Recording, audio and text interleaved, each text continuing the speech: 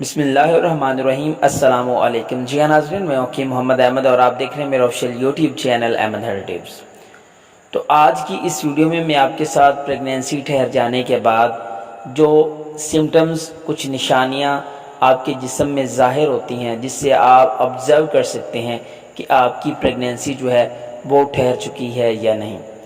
Scientifically तौर पर जो निशानियाँ, जो सिम्टम्स मैं आपको आज की इस वीडियो में बताने वाला हूँ वो बिल्कुल परफेक्शन रखते हैं, जिससे आप बिल्कुल पता लगा सकते हैं कि आपकी प्रेगनेंसी ठहर चुकी है या नहीं।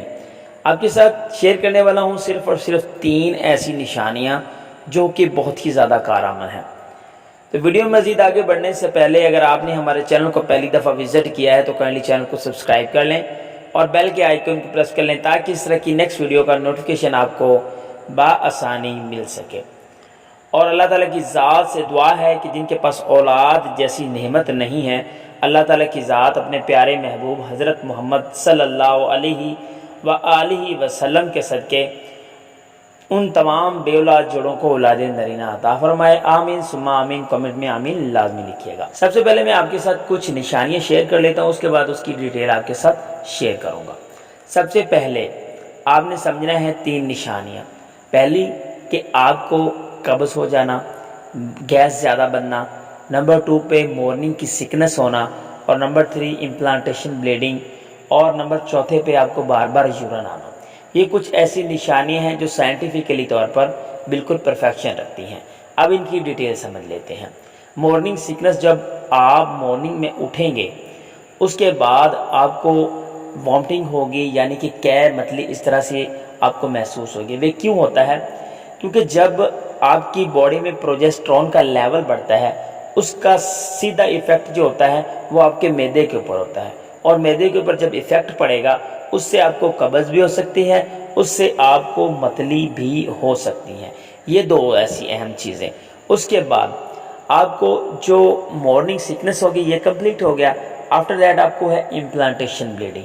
इम्प्लांटेशन ब्लीडिंग ये 60% फीमेल्स को महसूस होती है, ज़्यादातर ख़वातीन को ये महसूस नहीं होता, क्योंकि कुछ PCOD, PCOS वो वाली जो ख़वातीन होती हैं वो इसको बारीक बीनी से समझें तो फिर उनको समझ आती है।